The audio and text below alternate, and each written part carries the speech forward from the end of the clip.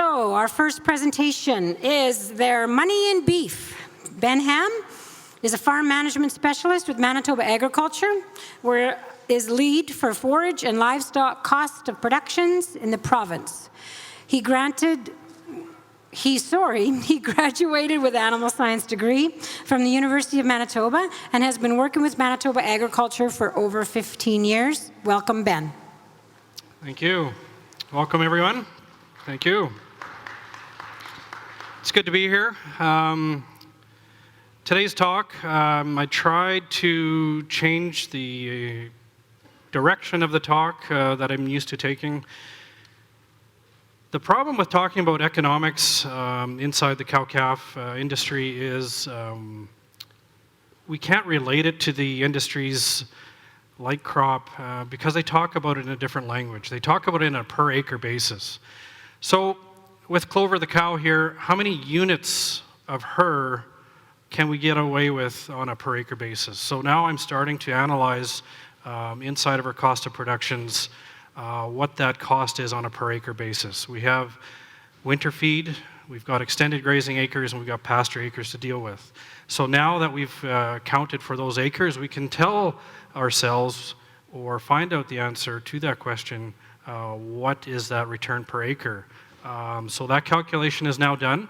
This is the budget I base it off of. This is one massive calculator designed for you guys to use and put in your own values. I do use the numbers from there to talk about the industries and the values in there. So I do have some land values in there. I do have some equipment values in there. We can talk about it. It doesn't really matter what I have because the number is wrong. It's not your value. So I just want to start off by saying that. So general question, is there money in beef? Anybody have the answer? Yes? No? Well, I'm going to start off by saying it depends. The biggest question that you're going to ask yourself is how much equity do we have in the game, and what land values, what equipment are we going to use. All those things have a huge cost on the grand scheme of producing a cow that's going to produce a calf, hopefully wean a calf and sell that calf as pounds, or put more pounds on the calf as a feeder calf. So I'm going to turn my back to you guys a lot. I've got a lot of charts up there. A lot of the charts come from our budget, so I just want to point to them and tell you guys what I'm trying to do here. A little bit about the industry. Our herd in Canada is still shrinking. Manitoba hasn't got a break from that. We're under 400,000 cows now. So a significant drop. We still do have 11% of the Canadian herd, but our national herd is decreasing. A lot of this data comes from CanFax or StatsCan, where they get their information. So Brenna Grant with CanFax does a good job of putting together some nice charts that are relevant to Manitoba industry, so I pull those and use those here. So this is a good picture. This is the total cattle and calves. We are steadily declining. We barely see a blip in 14-15 when we saw the record profitability. What's going to happen here going forward, I have no idea. It all depends on how the world can get along, I guess. We have some major wars going on, and a lot of the instability and volatility is coming with that. We have some of the major trading routes and shipping routes are being affected again, so we're going to hear that story again. Freight and all these kinds of things are going to come in and creep up and add extra cost to things that we're not used to seeing. So we have a steadily declining herd in Canada. We really don't mean that much in the grand scheme of things. You know, the U.S. side has a similar story to tell. They have a lot more cows. They're about tenfold the size of us, but there's the same story.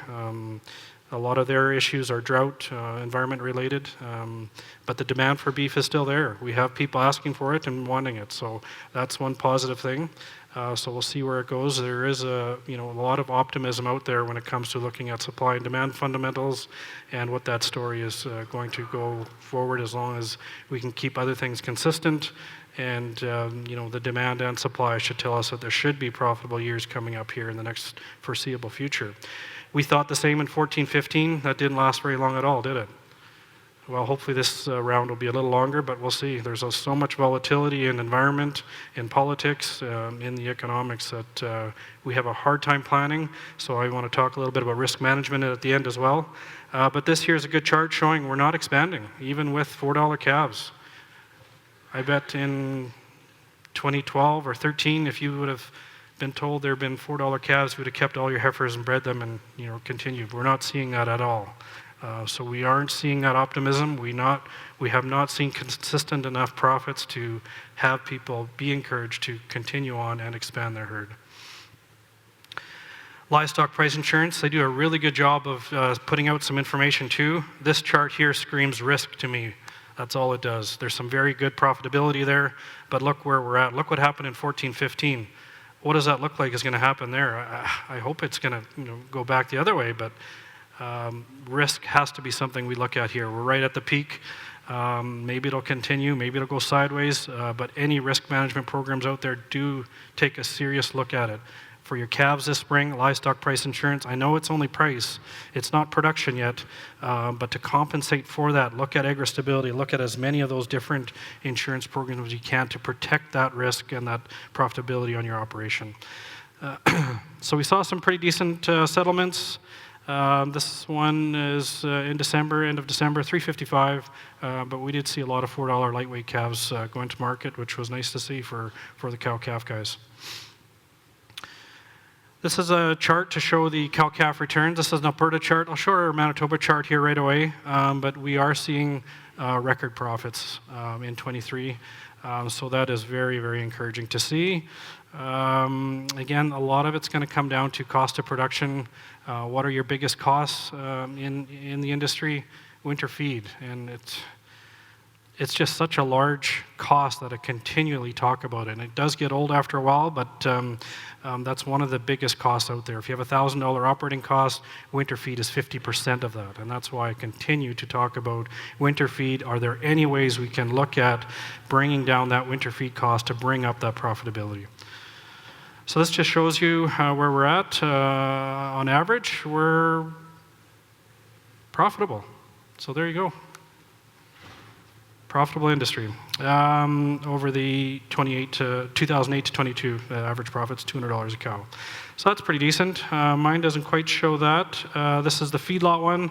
They are, exposed to a lot more risk, and they are closer to break even. We have some significant profitability in that sector, but we also have them lose a lot of their dollars too when it comes to looking at the total cost when it comes to feeding calves out. This is a chart we put together based off of my cost of production worksheets and the settlement of Canfax's steer pricing. So we can see similar story, 14, 15 profitable years, and we're seeing that profitability now in 2023. The reason we saw $2 calves in 14, 15, we're seeing $3, $4 calves now, but our operating costs have just increased so significantly that we don't see total profitability that much greater than we did in 14, 15. Land values have increased, interest rates have increased, fuel has increased, all these different things have all increased. Nothing has come down in price, so we are needing that price there to be there to continue to have a profitable industry. This is the backgrounding side. It just shows a little bit more of the volatility of that industry.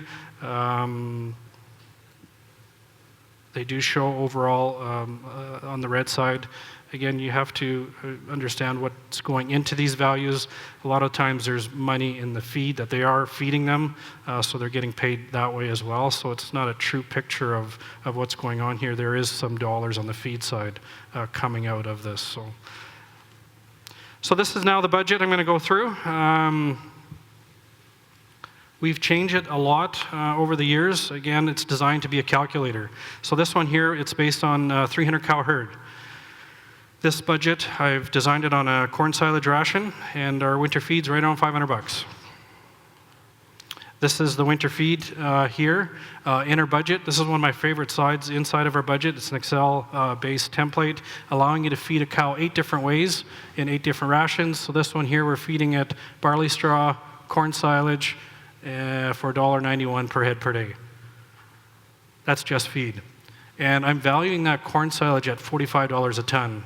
I'd really encourage you to look at your value, cost of production on corn silage, depending on what your yields are, probably closer to 35. So even though I'm saying there's profitability here, there's also profitability coming out of that corn silage side as well.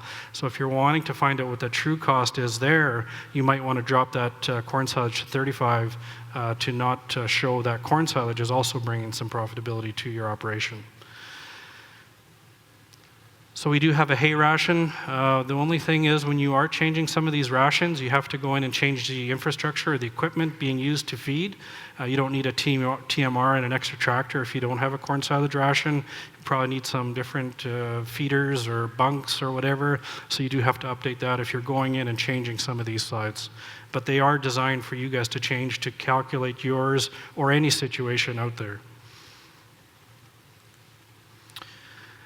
Any way we can reduce winter feed costs, I'm looking at, talking about all the time, extended grazing options. So we've got corn grazing. I've done corn grazing myself. I thought it was the best way to get the cow out there, harvest its own feed, spread its own manure, do all the work for you. 21 came along, had a drought. I knew I didn't have enough acres.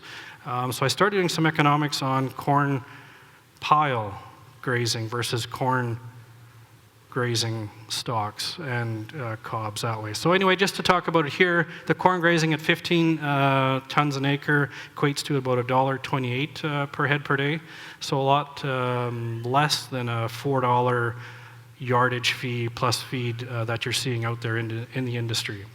Anytime you can have stockpile forage, crop residue grazing. If you do have some grain acres in your mix, there's an opportunity to say maybe put down some berseem clover and have them graze that later on, feed that straw because it's got the clover in it. There's so many different ways to increase some efficiencies on our operation if we are mixed and do have access to grain acres.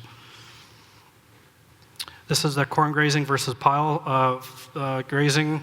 It's really not grazing, you're just moving a wire inside of a silage pile, but I can bring that cost down even further. And now this is after feed costs. So this is after they're fed. So you don't have no tractor, all that stuff is already done. This is included in that. So it's less than $1 per head per day, which is your grazing rate. Your cows went summer pasture feed. So if you can get that low, you'll make a significant impact on your overall cost of production. This is just what I did the 1 year. There's always challenges that I'm finding with these different types of systems. So these are the cows grazing. There's an electric wire here on fencing rods. The fence does come down. You do have to check when it's minus 50. What does a wet feed do? It freezes solid. So I've had the face of my pile the 1 year looked like a bunch of barn swallow houses. It was kind of neat, but it was kind of hard to feed because it froze that solid. And that stuff was 70% moisture, so it was quite wet. The stuff this year I have is 50% moisture, and I'm finding it doesn't freeze solid as much, not as much challenges, but my pile this year is too high, so now it's falling down and bringing the fence down on me. So there's always something to deal with. You're dealing with a higher quality feed than corn grazing. Corn grazing, when you're feeding it, you're continually degrading that feed every day that it's out there, and you're waiting for those cows to consume it. So that's one challenge with corn grazing. This, you have the feed quality locked in, and yeah, this is too rich. You got to do something else. They're going to get so fat on you that you got to do something else. So I'm bale grazing straw on the side of this as well. My corn silage has got enough protein in it, about usually around 8 or 9% protein, so I'm getting away with no other substitutes other than straw to do that. So you got to force them, clean up that straw. It is a fight because they're always going to want the corn over the straw. But just to give you some different ideas on how to get that cow fed over winter. Operating costs, this is absolutely up to you guys. Everybody's going to have different operating costs. In general, total operating costs about $1,000. Everybody's going to use a different amount of straw. Everybody's going to have a different vaccination program. Focus on those production things. Get those vaccination programs up to par. Get those calves vaccinated, IBR, BVD. Make sure you have the full, complete list of vaccinations in there to try and minimize some of the production risk when it comes to pneumonias, scours, and all those different things. Fixed costs, again, that's going to be totally dependent on you, what you have for equipment, what you have for land, and what kind of buildings you do have. If you're calving in January, you're going to have quite a bit more cost in buildings. If you're calving in March, April, May, you can maybe get away with it a little less. You're taking risk because your cows are now exposed to environment, and lately we've been having some pretty severe storms come up March and April. So some things to think about when it comes to looking at your fixed costs. Can we reduce some of those costs? Maybe, but just be careful with that. So we don't have that much in the budget on fixed costs, but a total of $250 per cow that I've allocated there. Labor and living, so this budget's got $60,000 coming out and being paid to the producer, about $60,000 in value to have those cows being taken. It doesn't take into account the winter feed preparation or winter feed. That's allocated with the cost going into the winter feed section. So we got to look at that separately. That way, when you look at it that way, you can take a look and do the economics on your winter feed acres, whether it's hay or corn silage. Should you be doing just corn silage or hay and selling hay? Should you be doing cow-calf, getting that cow, grinding your feed through the cow and then selling that calf? This now allows you to look at all those different options and make that choice. What is the most profitable? So looking on a per acre basis really helps make that decision. So some of these charts that will come up, just a generic chart showing you where all the costs are going. These will all be tailor-made if you do yours. This is a summary on what the costs are. Winter feed costs, traditional way of feeding cows. You're driving your tractor out there every day, 3, 4, 5 hours a day. You're looking at close to $4 per head per day. You look at getting your cows custom fed, you're right at $4 a head per day.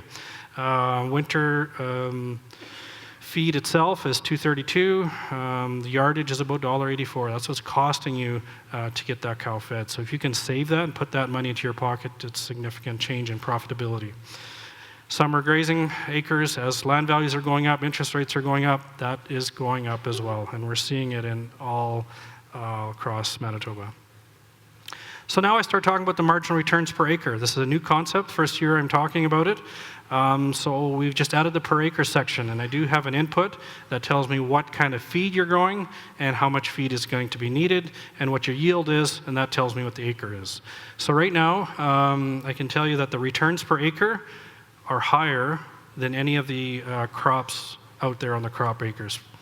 So if there's any people that are in the grain industry looking for something that's making a little bit more money, maybe it's time to buy some cows.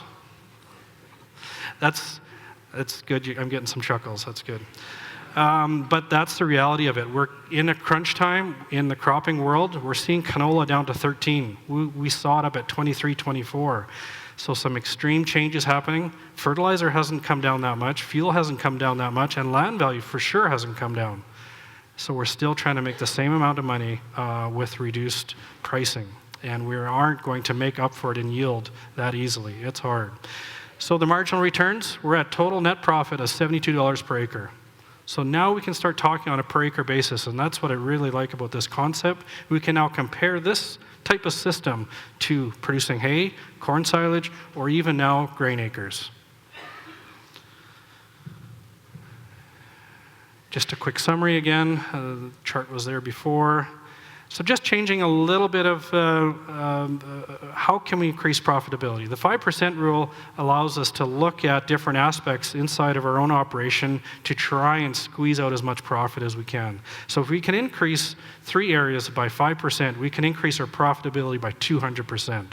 So if we can decrease our operating cost by 5%, increase our sale price by 5% by having more unified calf crop and all those different ways of getting that, and having a higher weaning weight, we can get up to $285 change in profit.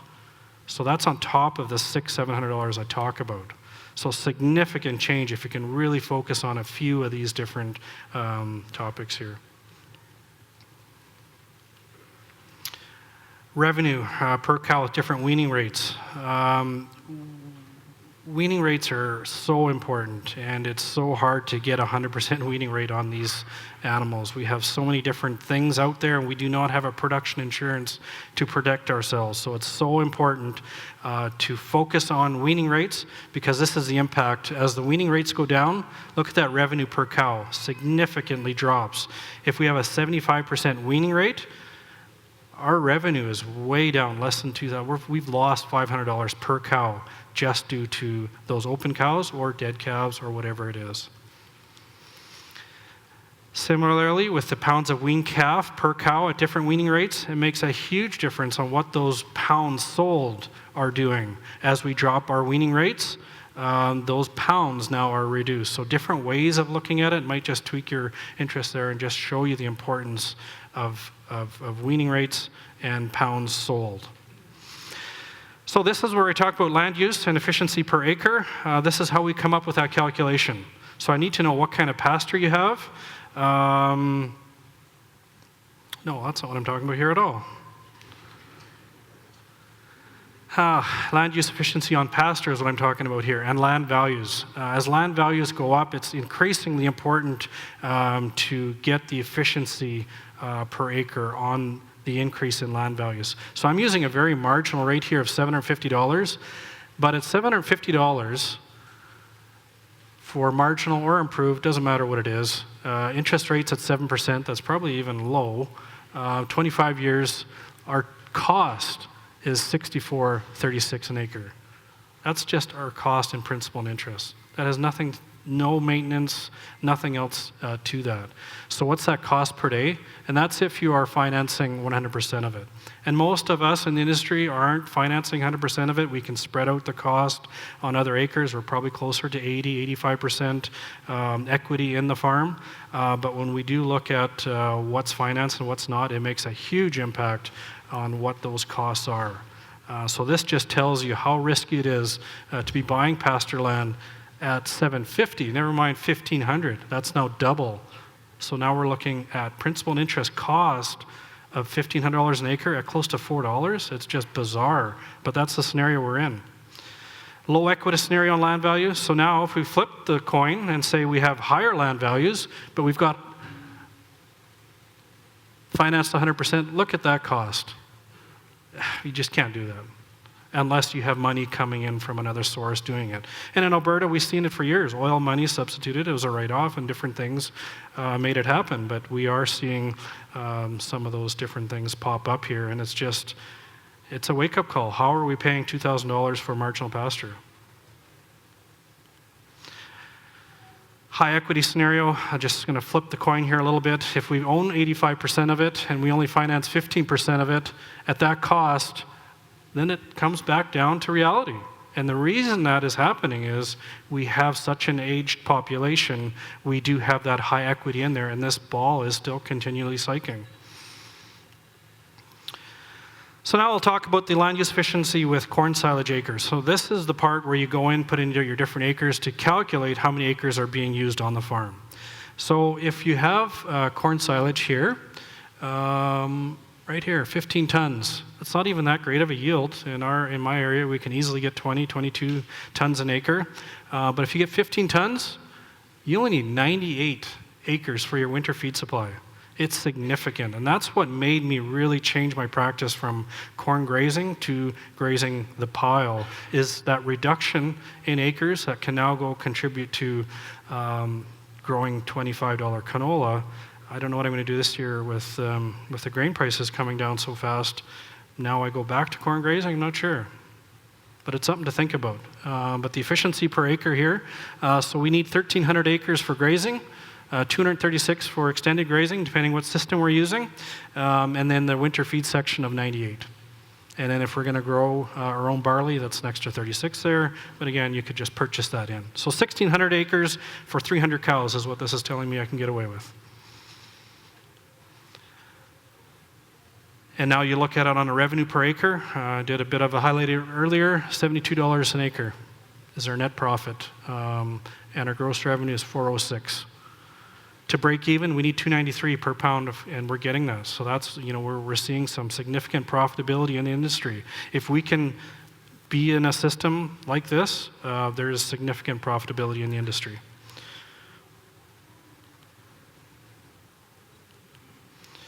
Hay acres, the problem with hay acres, you don't get the yield. So we do have, 98 acres versus 781. That's at 2 bales an acre. Kind of standard yields in my area, but if you're paying $1,500 an acre and you're only getting 2 bales an acre, that's not going to work out very long. There's going to have to be a supplementation of income there somehow, some way. So with that same type of system, now we need $2,300 an acre. 2,300 acres to sustain a 300 cow herd. What does that do to revenue per acre? Changes it very, very fast. So now our profitability goes down to 40 and our gross revenue goes down to 277. So that is what hay acres are doing. Again, it's just due to the yield. Maybe your land prices aren't as high as I'm saying, and that's fine. You can get away with it. That's the reason we used to see in the southeast, far southeast, we used to have hay sold 2.5 cents a pound all the time. Now that's the price standing. We can't get it produced at that with equipment costs. The cost of putting it up, twine, fertilizer, fuel, everything has just gone up so far that we do not have access to cheap hay anymore. So now if we look at the economics and break even at 100% finance, I do this just as a bit of a shocker. If we have to finance the entire farm, what do the economics look like?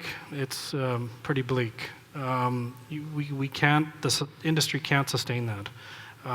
There has to be some equity in there, and that's why we have the challenge of getting young producers in and started because of these economics right here.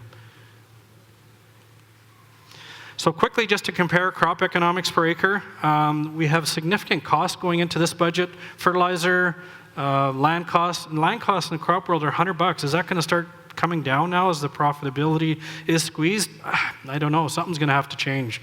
So let's just look at oats, for example. Total operating 331, land value of 100. Total cost going into oat acres is 550. And what's that doing to profitability? We're actually making $26 an acre. What was your cow making you? 76 on the corn silage acre. Even with hay acres, you're making more money now than oats or a lot of these other crops. A lot of these other crops are losing money. The inputs, the cost of inputs, these prices here are changing faster than those are. So we're seeing a drop in wheat prices, oat prices, corn. It's just happening so fast that we're going to see some real challenges in the cropping world. Soybeans and canola, that's always a fun one.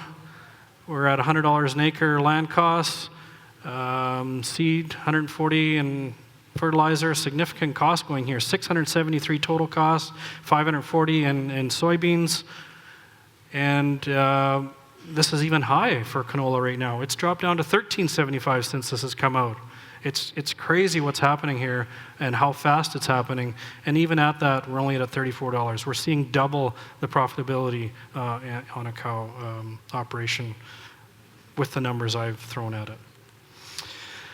So with that, cow values, if you're only financing 15% and you're throwing all your profitability to buying a cow, you can spend a lot of money on cows. Everybody go buy cows. $4,500 is what you can pay. If you're going to throw all the money right back into there because you don't want to pay tax, that's what you got to do to get rid of it. $4,500.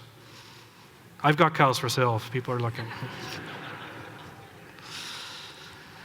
So we put that chart in just to give you an idea of what value you should be paying for your cows. So it does come back down to reality when you put your own equity values in and you don't have everything paid for. That number becomes very real, and it's around $1,900, $2,000 depending how much money you have in cows already. So manage risks. How much time do I got? Oh, I got to go fast. Take out risk, as many risk management programs you can. Livestock price insurance. Look at it for calves coming out in February. Forage and pasture, there are programs out there. Corn silage, I like talking about corn silage and crop insurance because they cover all risk and it's a great coverage. You have 128% of all costs covered. It's an amazing program if you're not in it. Look at crop insurance for corn silage. It's not such a great story for hay. We're only getting 50% of total cost covered in hay. You wonder why there's no uptake. It's because of that price. It's because of that right there. The yield just isn't matching up with the inputs going in there. Livestock price insurance, agri-stability. Oh man, there's so many dollars left on the table from livestock producers because they're not in agri-stability. It's frustrating, and it is a harder program to grasp, but once you do, it is the best thing we have to a production insurance, and it is something I really encourage you to do. Interest rates, yeah, they're up there. Use the cash events if you can. And deadlines. Now is the time. Anybody want to sign up for forage insurance, pasture insurance, talk to your MASC agents, agri-stability, you have until April 30th, so look at that program. These are some of the other tools out there. I'll just quickly fly through it. I can get a hold of me. They're all different farm management tools. We've tried to get into your hands to help people like yourselves make better farm management decisions. So we've got cow-calf, backgrounding, replacement heifer costs, all these different tools in Excel-based to try and help you guys make these decisions. Cow share lease calculator, all these different things. I can actually come up with a cow share lease now that there's profitability. I can come up with that. When there was a negative side, it was tough to come up with a lease agreement because there was a negative. How do you pay me to take? It was tough. So bunch of different costs. Again, for the forage side, we've got all the different budgets there. Inside of our forage cost of productions, we do the analysis on all the agri-insurance programs you have available. That's why I've talked about the corn silage coverage. We now cover and include those charts inside of our budgets to show you what your forage insurance is doing for you. So lots of changes there. Encourage you guys to take a look at those. Again, just these, some are online. You can do a lot of these online as well. So I'll wrap it up here. There's my contact info. Sorry for rushing at the end here. I wanted to get through it all. So thanks for your time. Can maybe take a question or two? Well, anyway, I'll be around. Feel free to grab me, and thank you.